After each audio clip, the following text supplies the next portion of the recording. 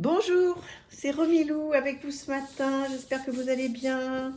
Je vous retrouve aujourd'hui pour vous présenter, comme vous avez vu dans le titre, un tarot que vous connaissez certainement très bien, le tarot aux ramures étranges. C'est étrange, mais quelle merveille! Je l'ai acheté un petit peu sur le tard en fait. Euh, Vous voyez, j'ai même pas encore tout ouvert, pour vous dire. Donc on va le faire ensemble, j'ai ouvert qu'une partie. J'adore ce jeu. Je l'ai vu passer et repasser. Tu trouveras dans ce tarot des réponses à tes questions, mais aussi des forêts, des océans, des chemins, des étoiles. Waouh! Quel programme! Regardez-moi ce jeu en mass market. Comment déjà la boîte est magnifique. Regardez ça. Donc je trouve que vraiment, comme je vous disais il y a quelques jours, on a tellement de chance d'avoir des jolies choses à des prix corrects, 28 euros, qui arrivent avec un pochon enfin différent, joli, magnifique, très très chouette.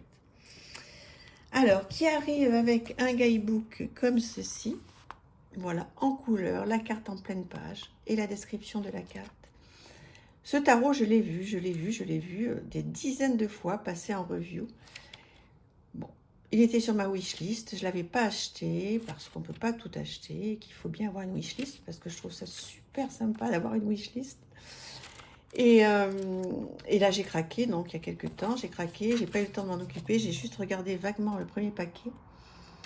Voilà, donc vous connaissez certainement ce jeu, donc le message des cartes, hein, donc on va dire que c'est classique, les arcanes majeures. Il y a des arcanes supplémentaires, les arcanes mineures. Voilà, et puis là, on vous dit un petit mot, 2, dualité, 3, la communication, 4, la stabilité. Donc ça, c'est bien, ça reprend un petit peu aussi quelques mots-clés sur la numérologie, donc ça, c'est bien. Les figures, voilà, avec toutes les reines et les déesses, les cavaliers, les valets. Donc là, je crois que les rois, ils ont été remplacés par les déesses, hein. On est bien d'accord. Voilà, une petite introduction que je n'ai pas encore lue. Pourquoi utiliser un tarot? Bon, ça c'est bien, hein, s'il y a quelqu'un qui démarre. Évolution et réappropriation du tarot. Des propositions de tirage. Passé, présent, futur, corps, pensée, esprit, etc. Donc ça c'est chouette. Vous avez vu comment c'est bien illustré? Moi je vais m'amuser, je sens, avec ce jeu, j'en avais tellement envie. Et voilà, la carte en pleine page, l'explication de la carte. J'en avais vraiment envie, je trouve qu'il est super joli. Alors dites-moi, vous allez me dire hein, si vous avez fait les tirages avec, si vous le connaissez bien. Je pense que oui, hein. Donc là c'est vous qui allez m'apprendre plein de choses. Moi là j'aurais rien à vous apprendre, juste à vous parler de mon ressenti sur ce jeu. Je trouve qu'il est de très bonne qualité, vraiment très épais, mat, trop bien.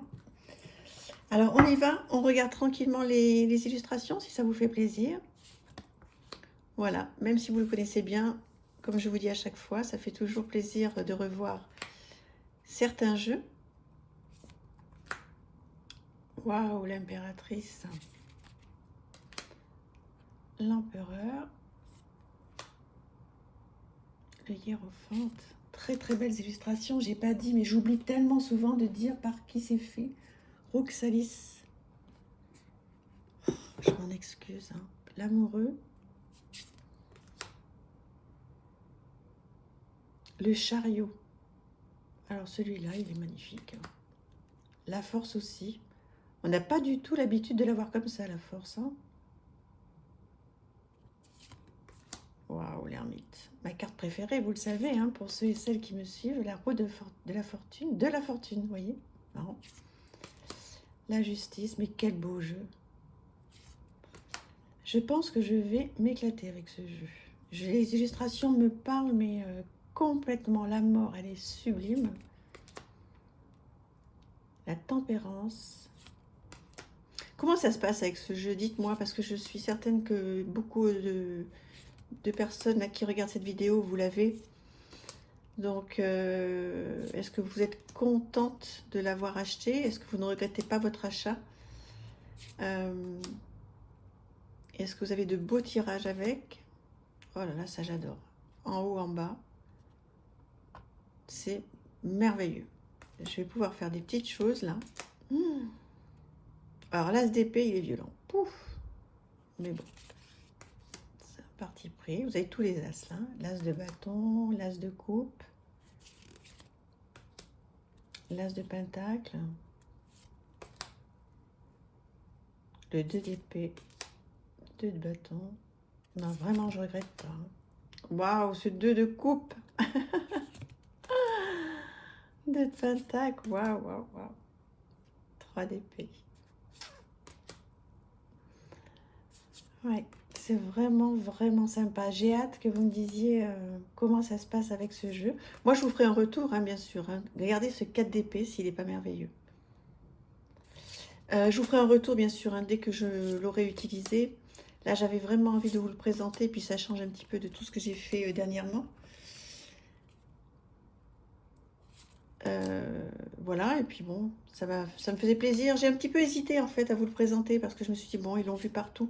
Mais bon, je sais que lorsque je vous avais posé cette question, vous m'aviez dit, non, non, mais c'est bon, Romilou, si tu veux nous présenter des jeux, présente-les, même si on les a vus ailleurs. Ça fait toujours plaisir de les revoir, donc... ouais, moi je suis amoureuse de ce jeu. N'ayons pas peur des mots, parce que là, vraiment... Alors vous allez me dire, c'est souvent que je dis ça, hein, mais j'ai la chance, là, depuis quelques temps.